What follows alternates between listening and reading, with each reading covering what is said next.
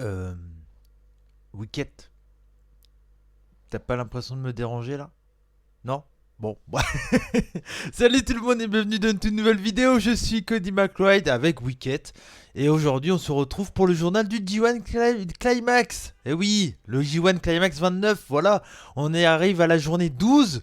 Et je vais aller très vite parce que j'ai pas beaucoup de temps pour enregistrer ça. Voilà, j'enregistre ça. Et puis comme ça, je vous le upload et vous l'avez. Et puis vous la regardez quand vous pouvez. On se retrouve du coup à la journée 12, c'était une journée du bloc B, c'était la journée de hier, donc c'était hier, on était le 1er août, voilà, le premier. Là aujourd'hui, c'était le vendredi 2 août, c'était une journée de pause. Et donc voilà, ça reprend demain, après de demain dimanche, après il y a une pause, après ça fait je crois genre mercredi, jeudi je crois. Et après, on va arriver au vendredi, samedi, dernier jour et dimanche final. Quelque chose comme ça. C'est un truc du style où peut-être que c'est mardi, mercredi, pause jeudi, et vendredi, samedi, dimanche, et voilà. C'est un truc comme ça en tout cas. En tout cas, voilà, on arrive à la fin et on va y aller tout de suite pour pas perdre de temps, les amis. Juste, j'avais mal mis mes images, hein, voilà, comme d'habitude, et j'ai toujours pas mis le classement. Enfin, je l'oublie tout le temps. Bon, bref, voilà, je sais à peu près le classement, je vais tout vous expliquer. C'est si vous n'avez pas suivi tout ça. Allez, on passe en mode review. C'est parti. Du coup, aujourd'hui c'était, enfin hier c'était, comme je vous l'ai dit, donc la journée 12. Et le premier match était un match, allez, on va dire sur le papier, ça donne envie. Sur le papier, ça donne envie. Mais pour l'avancement du tournoi, c'était pas un match qui était très intéressant, clairement. C'était Jeff Cobb qui avait, avant ce match-là, 6 points. Et Shingo Takagi, n'importe quoi. Jeff Cobb qui avait 4 points. Voilà, pardon, excusez-moi, 4 points. Et Shingo Takagi qui avait également 4 points. Donc voilà, donc les deux hommes étaient à égalité. J'allais le dire juste avant, c'est un match qui sur le papier donne plutôt envie. Moi, c'est deux catcheurs que j'aime beaucoup, Jeff Cobb et Shingo Takagi. Bon après voilà, pour l'histoire du tournoi, on va dire que ça apporte pas grand chose, même si un peu plus pour Shingo Takagi, il a une affiche qui va arriver contre son maître entre guillemets Naito, qui risque d'être assez intéressant. On y reviendra. Et donc voilà, donc là c'était un match qui était on va dire plutôt bon voilà en random quoi, on s'en branlait un peu, faut l'avouer, même si on aime bien les deux catcheurs, c'est pas un match qui est hyper intéressant pour la continuité du tournoi. Donc voilà, donc bon, je vais aller très vite. Du coup le match en lui-même est plutôt cool, moi j'ai vraiment bien aimé, j'aime beaucoup les deux catcheurs, je trouve que Jeff Cobb fait pas un extraordinaire G1 Climax, mais bon voilà c'est son premier, donc on va le laisser un peu. Enfin voilà, on va dire que pour ce qu'il a à faire, je trouve qu'il fait quand même plutôt bien. Il fait des bons moves, le public pop bien en général. Et voilà, moi j'aime. Il pourrait être mieux, plus fluide, plus intéressant à suivre peut-être Jeff Cobb. Mais je trouve que voilà, faut pas lui jeter des pierres. Je trouve qu'il fait quand même du bon boulot depuis le début de ce G1 Climax. Donc voilà, Shingo Takagi lui fait le taf de junior qui veut se placer en tant que également euh, mec dangereux chez les heavyweight. Je trouve qu'il fait très bien, même s'il gagne pas beaucoup pour le moment depuis le début de ce tournoi. Bon, là il reste 4 matchs hein, avec cette journée. 3 matchs après cette journée du coup, et même s'il n'est pas très dangereux sur les résultats de base, il fait quand même peur à ses adversaires hein. Ses adversaires ont un peu de mal à le rencontrer, à le combattre hein, voilà, ils ont du mal à gagner contre lui tout simplement. Donc voilà, donc c'était quand même bon, c'était un match d'outsider carrément. J'ai bien aimé le début du combat parce que ça joue sur la force de Jeff Cobb et puis aussi bah, la force de Takagi, donc les deux c'est un peu leur force hein, dans leur deux, un chez les heavyweight et l'autre chez les juniors. Les deux, c'est qu'ils ont une force, voilà, et c'est ça qui est leur atout généralement. Et donc là, ils jouent là-dessus, donc ça c'est plutôt cool. J'ai bien aimé que Takagi attaque les jambes de Jeff Cobb. On sait qu'un mec qui a un gabarit comme Jeff Cobb peut avoir des soucis au point de vue des jambes parce que bah voilà, le mec il a du poids à soutenir, on va dire. Donc du coup, c'est assez compliqué pour lui. Donc voilà, c'était un super combat très équilibré. C'est pas un match à voir non plus parce que c'est pas. Même si ça reste un bon combat, il y a des bons moves, ça se prend des bons coups dans la gueule, ça se met bien dans la gueule, hein. Il y a des bons coups qui stiffent bien quand même. C'est pas un combat, comme je vous l'ai dit, très important. Donc du coup, bon voilà. on- si vous avez le temps, si vous voulez voir du bon catch, regardez-le, mais c'est clairement pas un match à voir à tout prix si vous voulez suivre les gros matchs du tournoi. Donc voilà. Il y a. Donc, comme je l'ai noté, ouais, voilà, excusez-moi, j'étais un peu perdu dans mes notes. Comme je l'ai noté, le combat est très équilibré, clairement. Puis il y a des grosses souplexes du début à la fin du match, donc ça c'est plutôt cool. Et ça finit avec le Tower of the Islands, donc le tour de l'île, hein, tout simplement. Pas l'île, la ville, hein, l'île, la Bretagne, quoi. Enfin Ouessant, Molène, enfin vous voyez. Le tour de l'île pour le finish de Jeff Cobb. Donc voilà, victoire de Jeff Cobb. Jeff Cobb qui a 6 points, Shingo qui a 4 points, Shingo qui n'est pas dernier. Ouh. Shingo qui doit être dans les derniers, je crois, hein, dans ce classement. Si, oui, oui, je pense qu'il doit être égalité avec quelqu'un comme Tachi ou quelque chose comme ça. Donc voilà. Bon, c'était un match assez sympa, mais sans plus. On passe à la suite, les amis. C'était un match, attention, c'est rage dedans. Voilà, c'était John Moxley contre Toru Yano. On sait que l'une des spécialités de Toru Yano, c'est de gagner contre les gros favoris de ses blocs à chaque fois. L'année dernière, il avait eu Kenny Omega. Je crois qu'il avait eu également Kota Ibushi l'année dernière. Cette année, il a eu Jay White, il a eu Naito. Et là, il rencontrait John Moxley qui avait 10 points avant ce combat. Toru Yano, lui, il en avait 4. John Moxley qui était seul en tête, qui avait jamais perdu pour le moment, en tout cas depuis son arrivée chez NJPW, il avait 0 défaite John Moxley, donc voilà, plutôt cool. Très bonne construction pour construire une star. Bah, tu le fais gagner tout simplement, hein. WWE, si tu pouvais regarder ce booking là, ça serait plutôt pas mal, hein, voilà. Donc victoire, non pas de victoire pour John Moxley, voilà, c'est ça le truc que j'allais dire. Bah si, j'allais dire en fait victoire pas obligatoire pour John Moxley s'il veut rester en tête, mais voilà, on va dire victoire conseillée pour John Moxley s'il voulait garder son avance de points parce que les deux catcheurs qui étaient derrière lui c'était Ishii et Juice Robinson et eux ils avaient 6 points, donc voilà, donc il y avait 2 matchs d'écart, donc pour garder une bonne avance il fallait mieux que John Moxley gagne contre Toru Yano. Mais bon, on s'en doutait. Moi, je m'en doutais en tout cas. Clairement, je vous l'avais dit dans le journal du G1. Si vous les suivez tous, je vous l'avais dit que je pense que Yano allait gagner contre Moxley. J'étais pas le seul à le dire, bien entendu. C'est assez prévisible. C'est assez prévisible vu comment ils construisent Yano, vu comment John Moxley était construit. On s'en doutait que pour avoir du suspense, ils allaient pas le faire gagner et voilà quoi. Donc, enfin, ils étaient obligés de le faire perdre sans le décrédibiliser à fond. Donc, du coup, voilà, c'était la bonne occasion qu'on y a de le faire comme ça. Et ils l'ont fait, voilà. Ils ont fait perdre John Moxley sur un décompte à l'extérieur contre Toru Yano. Alors, c'est du grand Toru Yano dans le délire, voilà. Si vous aimez les comedy wrestling, vous allez surkiffer. Moi, personnellement, j'ai adoré. Je me suis vraiment marré. Il y a eu des délires avec le DVD. Alors, lors du match tag de la journée avant, vous avez peut-être vu ça. Si vous n'avez pas vu, je vous conseille de regarder. Ça dure pas longtemps et c'est assez drôle. Donc c'est lors de la journée 11, lors du match tag pour hyper cette journée 12. Il y a John Moxley qui veut acheter en gros le DVD de Toru Yano. On sait, hein, Toru Yano, il se pointe toujours avec son DVD, tout ça. Et en fait, il emprunte de l'argent à un des annonceurs de la NJPW. D'ailleurs, qui annonce un peu partout au Japon, hein, pas que chez NJPW, lui. Et donc, du coup, il lui emprunte de l'argent et il va pour donner les sous à Toru Yano et en fait il lui fait un small package John Moxley quand Toru Yano prend les thunes, il veut donner le DVD quoi.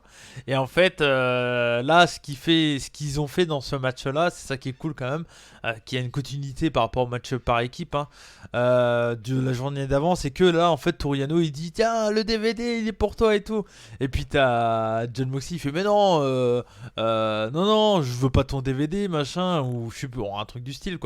Et en fait il ouvre le DVD, dedans il y a l'argent et il dit tiens prends le DVD je te rends l'argent et tout, c'est enfin voilà un truc à la con.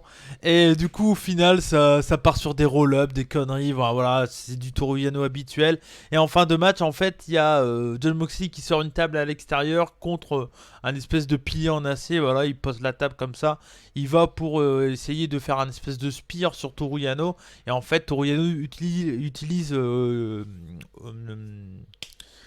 Umino. Shota Umino, pardon, voilà.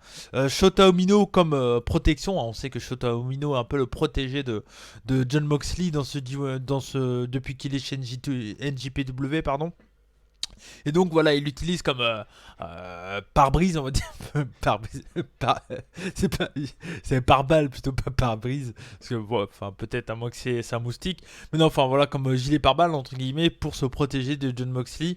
Du coup, bah, John Moxley s'arrête et là, il leur fait un double low blow. Et puis derrière, il attache les deux ensemble, des comptes à l'extérieur. Ils essaient de se relever, mais ils peuvent pas revenir dans le ring. Du coup, John Moxley perd le match sur un décompte à l'extérieur. Alors, franchement, j'ai eu aucune surprise, quoi, voilà. Aucune surprise. Je m'en doutais, j'ai rigolé. Moxie ne va pas gagner le tournoi. Je n'y crois pas une seconde. Mais une seconde. Même en finale, j'y crois pas. Franchement, j'y crois pas, la finale. Pour moi, il va perdre là. Là, parce que là, il lui reste Jay White, il lui reste Juice Robinson.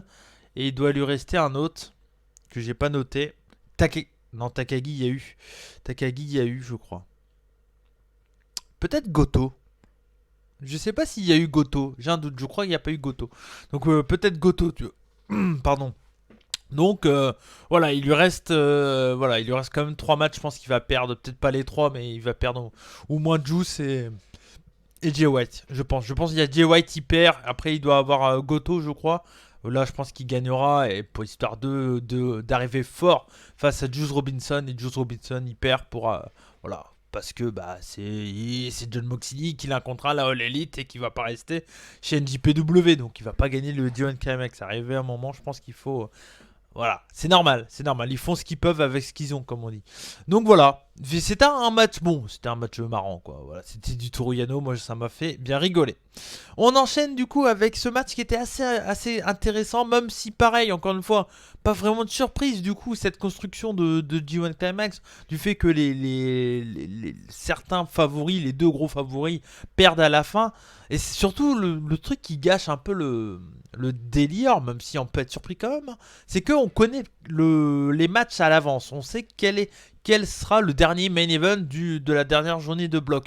Et même eux, ils appellent ça la finale. Donc je trouve qu'en annonçant comme ça les matchs directement, je trouve ils te, ils te spoilent un peu. Je pense que ça serait mieux de dire, eux ils ont leur calendrier, ils savent à quelle date il y aura leur match, mais de t'annoncer, bon ben, à telle journée, il y aura, voilà, à telle journée, c'est ce bloc-là, mais sans te dire les matchs. Après, c'est sûr peut-être que pour vendre, pour le public, c'est mieux de savoir qui c'est qu'il y a, donc je pense que c'est pour ça qu'ils disent les matchs également, mais voilà, quand tu es en point de vue spectateur qui suit ça via le NJP World, bah c'est un peu chiant. Du coup, tu t'en doutes. Et clairement, tu t'en doutes que Naito que les deux matchs, Naito, White et puis Juice Robinson, John Moxley seront hyper importants dans la dernière journée. Et ça, t'as peu de doutes là-dessus, clairement. Donc c'est pour ça, pour le coup, ce Naito Juice Robinson, ça me paraissait assez logique que Naito gagne. À moins qu'ils, d'un coup, ils se sont dit, tiens, on va pusher à mort Juice Robinson et on va le faire gagner le G1 Climax. Mais j'avais clairement des doutes. Clairement là-dessus. Mais même si, franchement, je trouve qu'il s'améliore de plus en plus et il devient de plus en plus intéressant, Juice Robinson. Et franchement, je pense qu'il pourrait, pourquoi pas, arracher une belle ceinture chez NJPW dans quelques temps, s'il reste chez eux en tout cas. Par exemple la ceinture intercontinentale, quelque chose comme ça, voilà, parce que Juice Robinson c'est quand même un gros babyface qui marche quand même très très bien. Et voilà, contre Naito, ça marchait très très bien. Donc voilà. Le début du match est très cool avant le combat. Il y a les deux hommes qui se préparent et enlèvent leur tenue d'entrée. On sait, Naito, dans son habitude, aime prendre son temps. Voilà, il est là, tac tac, il déboutonne sa chemise, et là, il enlève sa casquette et tout. Voilà. Et là, le truc qui est drôle dans dans ce match-là, dans ce début de match, c'est qu'en fait, Juice Robinson fait exactement pareil que Naito, sauf qu'il prend encore plus son temps que Naito, et donc il enlève un t-shirt. Et il avait un deuxième t-shirt, il enlève le deuxième, il avait un troisième t-shirt. Et là, on voit même Naito qui se dit, allez là, oh j'ai envie de catcher. Et c'est assez rare de voir Naito ne pas être patient, voilà, être pressé de commencer à combattre. Et c'est assez cool. Et puis le duo plus L'arbitre, c'est pas Red Shoes, hein, si c'est Red Shoes. Si, c'est Red Shoes. Plus Red Shoes qui est là, voilà, le trio des trois, ça marche super bien. On sent que les trois se marrent à faire des conneries comme ça, avoir un combat assez sérieux. C'est cool, c'est ce que j'aime dans le catch japonais généralement, et ça arrive aussi dans le catch indépendant, US, UK, peu importe. Mais c'est que les mecs se prennent pas la tête et ils osent faire du gros comédie à la con avant un gros combat hyper sérieux. Donc ça c'est cool. Ça m'a fait rire. Et en fait, quand Juice Robinson enlève son troisième t-shirt, là Naito il craque et il attaque du coup Juice Robinson et ça permet de bien commencer la hit. Donc voilà, assez classique. Naito du coup prend la hit après ça. Et pendant sa hit, il fait des très jolis neckbreakers, j'ai noté. Je trouve que il y a un neckbreaker, j'ai trouvé vraiment bien joli. Une bonne hit, vraiment très cool, bien intéressant. Où Naito se fout littéralement de la gueule de Juice Robinson avec des juice tout le long du match. Enfin, tout le long de la hit, c'est ça, je trouve ça cool. Bien sûr, un Juice en profite également dès qu'il peut pour faire l'œil et tout ça. Hein, ça voilà. Les deux se rendent l'appareil, c'est assez équilibré, 50-50, c'est vraiment plutôt pas mal. Et donc voilà, donc il attaque assez intelligemment la nuque de Juice Robinson pendant tout la hit, donc ça c'est plutôt cool. Il y a plusieurs moves, voilà, il y a des bons retours de la part de Juice Robinson. Il y a un Juice Box de Juice Robinson sur Naito, bien entendu. Et juste après, on voit que Naito saigne de l'oreille. Alors je ne sais pas si c'est pendant le Juice Box ou si c'est avant que Naito saigne, je ne sais pas trop. Pour ceux qui ne voient pas ce que c'est le Juice Box, c'est tout simplement un Naito, Juice Robinson a un Naito sur les épaules comme ça, il le soulève et il tombe. Naito tombe sur les genoux comme ça, tac. Il tombe sur les genoux de Juice Robinson. Voilà, c'est le Juice Box. Et donc c'est un de ses moves signature. C'est le move que je disais aussi dans les autres, dans les derniers journaux du D1, c'est qu'il manque des fois un move à Naito autre, un move signature, on va dire, qu'on est habitué, qui peut peut-être lui faire gagner des matchs. Bah voilà, par exemple, le Juice Box, ça peut être un move comme ça. Un move qui, clairement, il gagne rarement avec. Mais voilà, on sait que généralement, quand il y a ça, ça peut être la fin derrière. Parce que bah, s'il y a Near Fall, il peut enchaîner avec le Pulp Friction pour la victoire. Et ça arrive souvent. Donc voilà, c'est des moves hyper importants que tout worker doit avoir, je pense. Et c'est peut-être ce que Naito a pas, même si Naito, il a son double destino, son running destino Near Fall, jamais la fin ou très peu, et le destino normal à la volée comme ça. Bah voilà, c'est souvent la victoire et là c'est le cas. Du coup, il y a plusieurs enchaînements bien entendu et Naito gagne tout de même avec un destino. Mais c'était vraiment un très bon match. C'est un match à voir. J'ai noté que c'était un match à voir. Je vous le conseille clairement. C'est un match hyper prévisible. Voilà, hyper prévisible, mais vraiment un bon combat, un super combat, bien construit. Il y a tout ce que j'aime dans le catch, que ça soit du storytelling, des beaux moves, de la haine, de la comédie. Donc voilà, vraiment un très très bon combat, hyper complet. Manquait juste un peu de suspense, un peu de surprise. Si Juice Robinson gagnait ce match, j'aurais peut-être augmenté ma note clairement, et je l'aurais peut-être même placé dans mon top 5 tellement qu'il était vraiment très très bien quand même comme combat. Mais voilà, pas de surprise, on diminue un peu parce que bah, je m'en doutais. Voilà, moi j'aime bien quand il y a de la surprise, automatiquement ça augmente un peu. Donc voilà, victoire de Naito qui se retrouve à 6 points, Juice également à 6. Donc voilà, il se retrouve égalité à ceux qui sont derrière, comment dire, John Moxley, hein, voilà, pour la victoire, hein. Du coup il se retrouve à 6 points, égalité avec Juice, Ishii avant son combat. Donc voilà, donc victoire logique, totalement logique. On enchaîne assez rapidement avec Taichi contre Jay White. Donc là, c'était le match clairement de gros heal. Voilà, c'était le gros match de heal. Je crois que c'est les deux plus gros heals qui sont dans ce G1 Climax, avec peut-être Kenta, peut-être. Taichi qui avait 4 points, Jay White qui avait également 4 points. Pareil, également avant ce combat, aucune surprise. On s'en doute clairement que Jay White va gagner pour recoller à 6 points avec Naito, Juice Robinson, tout ça. Donc voilà, donc il y a le côté par pas de surprise qui qui est un peu chiant dans ce combat, même si j'ai trouvé que c'était encore une fois un combat assez intéressant parce que c'était deux gros heals. Alors c'est pas un combat qui va plaire à beaucoup de monde, surtout le début où les deux hommes se cherchent mutuellement, mais sans vraiment se chercher. Voilà, ils se cherchent. En gros, c'est un peu les mecs, vous avez dû voir, déjà dû voir cette vidéo, les deux mecs qui sont dans la rue, qui se parlent, qui se prennent la tête, je sais pas quoi, et qui se font des doigts au loin comme ça. Ils se font des doigts au loin, là. Chacun qui est à un côté de la rue, ils se font des doigts comme ça. Ils se regardent droit dans les yeux, puis ils se font un doigt comme ça. Et puis ils se regardent pendant, je sais pas, 2 minutes, ils se font des doigts comme ça. Bah, Taichi, pardon, et Jay White, c'était vraiment ça pendant 5 minutes du combat. Les mecs se regardaient, ils disaient, hey, on va se battre, on va se battre. Et puis les deux, dès qu'il y a un qui approchait, l'autre s'éloignait et inversement. Donc voilà, c'était un peu ça. Ça prend un peu de temps, mais c'était quand même assez cool. Arrivé un moment, il y a Gedo qui en a marre et qui commence à prendre Miyo Abe, hein, la manageuse femme de Taichi. Voilà, donc du coup, ça. C'est la première fois que j'ai vu de la compassion dans les. Enfin, de l'amour un peu de Taichi vers Mio. Et ça, j'ai trouvé ça cool parce que c'était un aspect qu'on n'avait pas trop vu dans ce D1 Climax entre les deux. Je vous ai parlé, je vous ai fait pas mal de temps sur le couple Taichi-Mio Abe qui, moi, personnellement, m'intéresse beaucoup. Et là, voilà, j'ai trouvé que pour une fois, il y avait un côté un peu amoureux de la part de Taichi. En tout cas, ça se voyait qu'il tenait à Mio Abe. Et d'habitude, on a l'impression qu'il en a vraiment rien à secouer. Et là, pour le coup, bah voilà, c'était plutôt cool. Taichi qui prend un peu le rôle de face par défaut, parce qu'il en faut un peu. Enfin, il en faut au moins un qui est un peu plus aimé que l'autre. Donc voilà, par défaut, il prend le rôle de face. Mais je trouve qu'il fait plutôt bien le taf. Il est assez applaudi. Ça marche très bien. Bien sûr, il y a plein d'overbooking dans tout le combat. Parce que bah, du côté de Taichi, il y a le Heal Master, hein, Kanemaru, qui est là, un membre du Suzuki Gun également. C'est un champion par équipe junior avec Desperado. Voilà, donc qui est là du côté Taichi avec Mio Abe. Bon, Mio Abe, elle intervient pas, bien entendu, mais voilà. Et puis du côté de Jay White, il y a bien sûr Gedo qui arrête pas d'intervenir, d'essayer de choper les jambes et tout.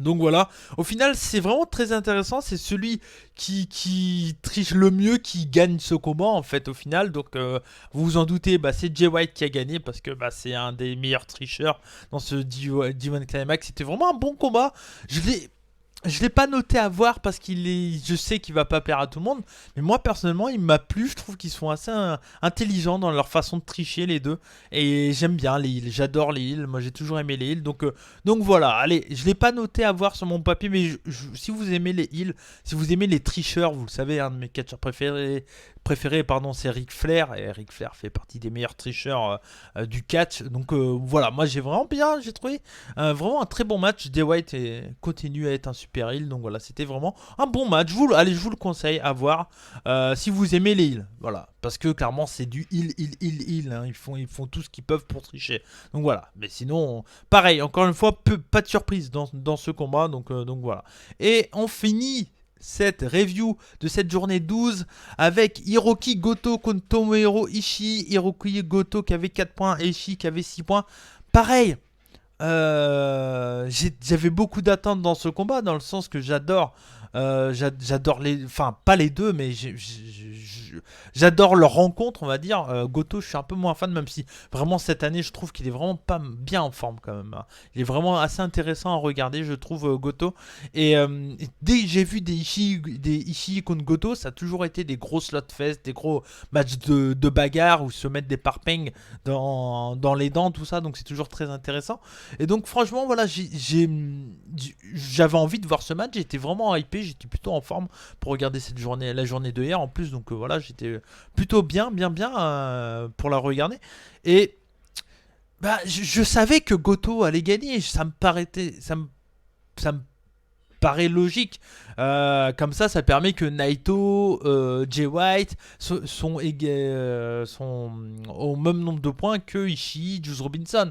Donc voilà, parce que si Ishii gagne, il a 8 points. Du coup, il a un match d'avance contre Jay White. Jay White, Ishii, est-ce qu'il y a eu? Oh, je sais plus. Peut-être qu'il y a déjà eu, je sais plus. Mais en tout cas, Naito Ishii, il y a déjà eu, c'est sûr. Oui, si. Pouah, je sais plus, il y a tellement de matchs, je sais plus qu'est-ce qu'il y a eu. Bref. Donc voilà, mais ça me paraissait bizarre que Ishii allait gagner clairement comme ça. Si Goto gagne, tout le monde a 6 points et voilà quoi, tout le monde a gagné. C'est un peu comme l'école des fans quoi, un peu. Non mais voilà, donc du coup, ça me paraissait assez logique. Effectivement, voilà, on a eu ce qu'on a eu. On a eu un gros match de bagarre. C'était un match hyper équilibré, 50-50. Et c'est des gros moves, ça se met dans la gueule. Et à toi, à moi, à toi, à moi, à toi, à moi, à toi, à moi. Voilà, pendant pas mal de temps, tout le public est là. Oh, oh, oh, oh, oh, oh, oh, oh. Moi, j'adore. Hein, c'est vraiment mon style de catch que j'aime le plus. Le Slotfest, c'est vraiment un de mes délires. J'adore ça. Donc, si vous aimez ça, les grosses bagarres, hein, Kamini, tout ça, bah, vous allez aimer, bien entendu. Vous allez aimer ce combat. C'est un match à voir. Clairement, allez, je vous dis ma note. Moi, je l'ai mis 4 étoiles. Je trouve que c'est vraiment un très très bon combat. Ça se met vraiment bien dans la gueule. Ils font des trucs hyper simples, mais tellement propres, encore une fois, que c'est vraiment cool. Ça pourrait faire partie de mon top 5 de mes matchs préférés dans ce G1 parce que c'est simple en fait. C'est simple, c'est facile. En fait, ce que j'adore avec ces combats, avec les Slotfest, c'est que quelqu'un qui ne connaît pas le catch, il va voir ce combat, il va se dire putain, ils se mettent dans la gueule quand même. Waouh, oui, ça fait réaliste en fait. Ça fait assez réaliste, même s'il y a certains moves, tu sens que bon, c'est worké. Mais ça fait quand même assez réaliste. Et j'aime bien parce que moi, ça fait pas passer le catch pour un truc, pour un sport de gymnase ou autre. Tandis que par exemple, alors même si j'adore également hein, tout ce qui est les gros heals, j'adore tout ce qui est high flying, tout ça, les high flyers. Tu vois un mec comme Will Ospreay, tu te dis bah oui, d'accord. Alors c'est super chouette ce qu'il fait, c'est super impressionnant. Mais ça se voit que c'est du catch. Je veux dire, tu vois un mec dans la rue faire des flips pour faire un high kick et tout. Enfin, il n'y a aucune utilité. Le mec, il a envie de faire un high kick, il fait un high kick, point barre. Tu vois, un mec comme Kenta, son catch est hyper crédible et j'aime bien. C'est une des raisons que j'aime bien Shibata, par exemple, c'était pareil. C'est pour ça que des mecs comme Ishii, Goto. Ishii, Goto, je le mets pareil dans le truc. Voilà, ça marche bien parce que quelqu'un qui connaît pas le catch, il peut croire à l'histoire et se dire, ils se mettent quand même bien dans la gueule, ils s'aiment pas en vrai et tout. Enfin, voilà, c'est vraiment, c'est pour ça que j'aime bien ce style de catch. C'est un truc qui est vraiment très particulier parce que je pense que les mecs qui font ça sont un peu tarés quand même. Ils aiment la bagarre de base, mais voilà. Mais bon, moi j'adore ça. On pourra pas m'empêcher, mais de toute façon, j'aime vraiment tous les styles de catch. Je crois qu'il n'y a pas un style de catch que je déteste. J'ai rien qui me dit dès que je vois ça, je fais oh faut ficher. Non, j'aime le comédie, j'aime le hatfly, j'aime le deathmatch, j'aime le grappling, j'aime la technique. Oh, j'aime tout, j'aime le catch tout simplement, hein, voilà. Donc voilà, victoire de Goto. Allez le voir si vous aimez le Slotfest, si vous aimez pas trop ça, passez-le. Hein, voilà, ça sert à rien. Ne vous inquiétez pas, hein, si vous aimez pas ça, vous aimez pas ça, c'est pas grave. Mais si vous aimez ça, vous allez sûrement bien aimer. Je pense avoir plus apprécié. Ouais. Dans le même style, j'ai vraiment bien apprécié Moxley Ishii quand même. Qui était pareil, bagarre. Mais quand même, le Juice Ishii, moi, c'est mon. C'est mon péché mignon. Hein. Ah là, c'était moi. Ouais, ouais. Le Juice Ishii, j'y reviendrai parce que voilà, il sera dans mon top. Hein, mais ouais, non, c'était. Bon, voilà. De toute façon, Ishii, il fait encore une fois un D1 énorme. Donc voilà pour cette review de ce D1 Climax. Review de la journée 12, les amis. Donc voilà. C'était une belle journée, voilà, j'ai passé du bon temps en regardant ça. Aujourd'hui, petite pause, on reprend demain. Donc je pense que je ferai un journal du D1 Climax dimanche. Voilà, je vous sortirai la journée, la review du journée 13 et 14 dimanche. Voilà, peut-être après le show directement. Je verrai. Et voilà. Et puis on se retrouvera bien sûr la semaine prochaine pour Rebut Hebdo. Cette fois-ci il y en aura un. Là on aura le temps de trouver des sujets et tout ça. Il n'y en a pas eu cette semaine parce que j'étais hyper crevé. Vous avez vu avec les journaux du D1. Et puis Minou c'était pareil, elle avait pas trop le temps. Donc voilà, on a fait une petite pause. Puis c'est l'été. Il n'y avait pas grand-chose à dire la semaine dernière. Donc voilà. Par contre pour la semaine prochaine il y aura des trucs à dire. Hein, comme il y a par exemple un petit show mexicain comme le Triple Mania. On va sûrement en parler dans Rebut Hebdo. Donc voilà, c'était Cody McWright pour le journal du D1 Climax sur la chaîne des Rebuts du Catch. Merci à vous tous, à ceux qui commentent, à ceux qui likent et à ceux qui partagent. Voilà, n'hésitez pas si vous aimez tout ça, un petit like, un petit partage. Je sais que des fois on oublie, c'est pas grave, je vous en veux pas, mais ça fait toujours plaisir d'avoir des petits commentaires ou d'autres. Et puis je sais que certains d'entre vous vont peut-être voir cette vidéo quelques semaines après sa sortie parce que le temps qu'ils voient les matchs du D1, ils vont pas regarder la review review. Certains ils veulent pas regarder la review s'ils n'ont pas vu les matchs, et ça je les comprends. C'était Cody McBride, on se retrouve dimanche pour la suite du journal du D1 Climax. Comme on dit chez nous, bonsaï, et surtout n'oubliez pas, soyez curieux. Ciao ciao, bonsaï. Et bientôt les 5 matchs à voir, ça va arriver. Voilà, encore une fois j'ai pas trop le temps, mais ça devrait arriver dans la semaine. Voilà, des bisous, ciao.